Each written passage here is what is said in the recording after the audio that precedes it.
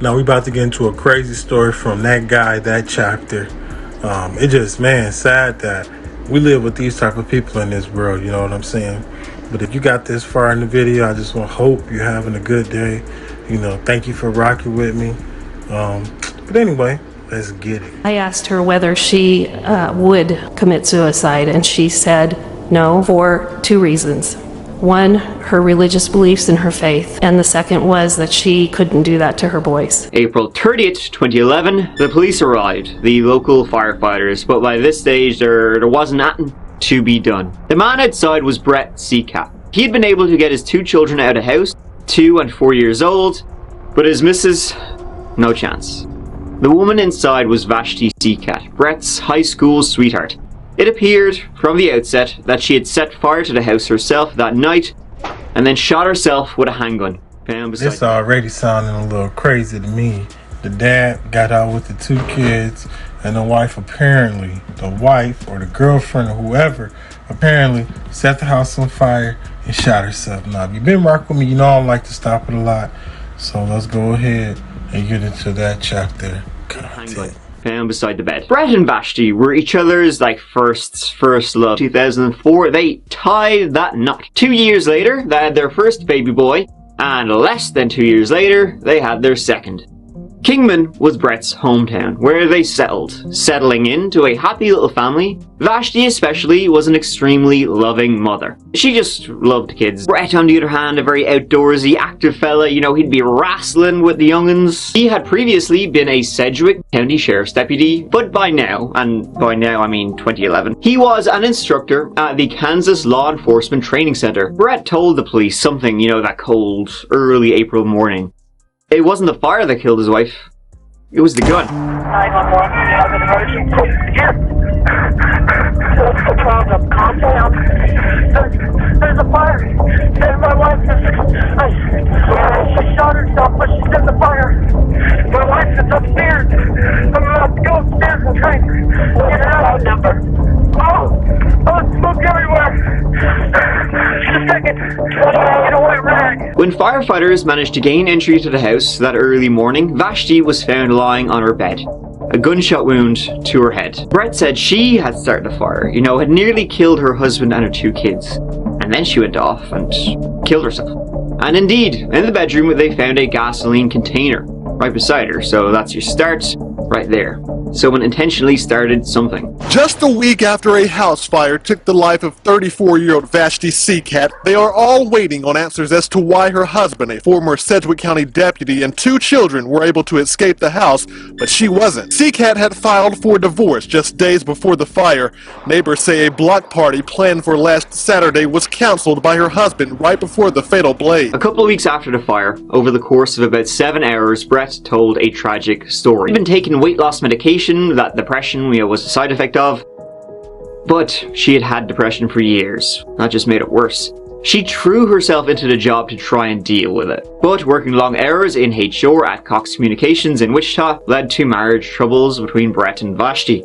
In fact, 5 months before the fire, in November 2010, they had begun going to marriage counseling to try and communicate their issues and find some kind of path forward. And it appeared that Brett and Vashti were getting ready to fight for their children. If this went to court, I was going to do everything I could to make sure she doesn't see the kids. He said that night he was asleep, and in the middle of the night she rang him from the floor above, telling him to get out and take the kids. Handbag, they found a note she had, where she had calculated funeral costs and so on and so forth. In her car, a journal recovered. Basically written in it on the last page was, Brett, I can't do this. I can't fight this out. Take care of our boys. Be sweet to Brendan. Talk to Bronson. Hold them both and tell them mommy loves them every night. I'm taking care of the house. Brendan, you are so wonderful. Mommy is so proud of you. Be a good big brother. Bronson, stay strong and don't ever lose that smile. I love the two of you and will be watching over you from heaven. When the police spoke with the counselor, she said that yes, Vashti had been depressed when they started back in November, but by April she had done a complete 180. She was hopeful, she was healthy, she was exercising, eating well, taking weight loss medication because she was feeling good. She was excited about the divorce. Her friends said it was like the old Vashti. was back. The only thing that was upsetting Vashti at this point was how upset Brett was. It was like he was the one at his breaking point, not her. Now that's starting to sound a little fishy to me. The divorce, having issues. Nothing adding up. Not her. 10 days before the fire, she said to her counselor that she was worried Brett might do something. You know, when the divorce proceedings actually started ramping up. He also said that he had ran upstairs through the fire to find his wife. And he had only been wearing jocks. Didn't look like it though. He had no marks, no blisters, no nothing. Vashti had no smoke in her lungs, and blood tests showed no drugs or booze. And then the police spoke to a neighbour, a couple of doors down from the Seacats. She said that she was awake watching TV that night. She had heard a gunshot, and she knew what gunshots sounded like. It was about 3:15 a.m. Brett called 911 at 3:40 a.m. Half an hour after a neighbour heard the gunshot. He was a cop, and he knew how to make things look like what they're supposed to look like. About a month before the fire, Brett had taken Vashti's journal into work, and he had scanned in all the pages. Now, he would say she just wanted a digital backup of her journal. Then, the day of the fire, he had used an overhead projector in work for about an hour in a locked room. The projector, you know, was the kind of one to have in school, as if you wanted to trace something. State prosecutors charged 35-year-old Brett Seacat with killing his wife Vashti and setting the house on fire to cover it up. It was on the 13th of May, 2 weeks after the fire, that the state of Kansas filed charges against Brett. 1 count of first-degree murder, 1 count of aggravated arson, and 2 counts of endangering a child. Brett pleaded not guilty, and he would never change that. Not when 2 years later, the trial began. Brett T. Seacat did then and there unlawfully, feloniously, intentionally, and with premeditation kill Vashti S. Seacat. In court on Tuesday, his brother Robert says he saw Vashti the weekend before her death and claimed she was depressed. She looked like she'd lost a great deal of weight, looked sleepy. A private investigator hired by the defense testified he found several vials of a drug called HCG in the Seacats' home. The defense says Vashti was taking the drug to lose weight, which has been known to have side effects leading to depression. But prosecutors have painted a different story. 37-year-old wrote his wife's suicide note. A forensic scientist even finding traces of gasoline on his pants. The prosecution said, well, she was happy. She was excited about the future. And Brett wasn't going to let her go. If she took the kids away, he would take her life away. So, the day he got the divorce papers served, he forged a suicide note, he shot her, and he set the house on fire. Made everything look like his story, and as a cop, he knew what the investigators would look for. I asked her whether she would commit suicide, and she said no, for 2 reasons. 1, her religious beliefs and her faith.